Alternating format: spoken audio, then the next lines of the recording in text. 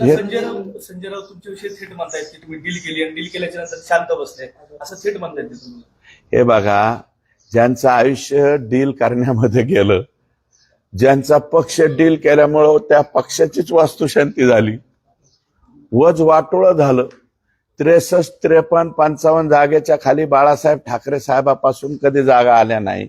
त्या 20 जागेवर ज्यांच्या डीलमुळं, जे स्वतः डीलरच आहेत, त्याच्यामुळे ते मला वाटतं जेलात सुद्धा जाऊन आले. त्यांनी सुरेश धस बद्दल डील हा शब्द वापरणं हे पटत नाही. संजय राऊत साहेबांना बहुतेक माहित नसेल, मी फाटका माणूस आहे बरं का. डील बिल हा शब्द सुरेश धसला लागू होत नाही हे कदाचित त्यांना माहित नसेल. त्यांच्या माहितीचे काही लोक आमच्याकडे पाठवावे, ते माहीत झाल्याच्या नंतर तुम्हाला कळेल. पण मला जास्त बोलायचं नाही. मी पहिल्यापासून त्यांच्यावर म्हणतो की ते इंटरनॅशनल स्पीकर आहे.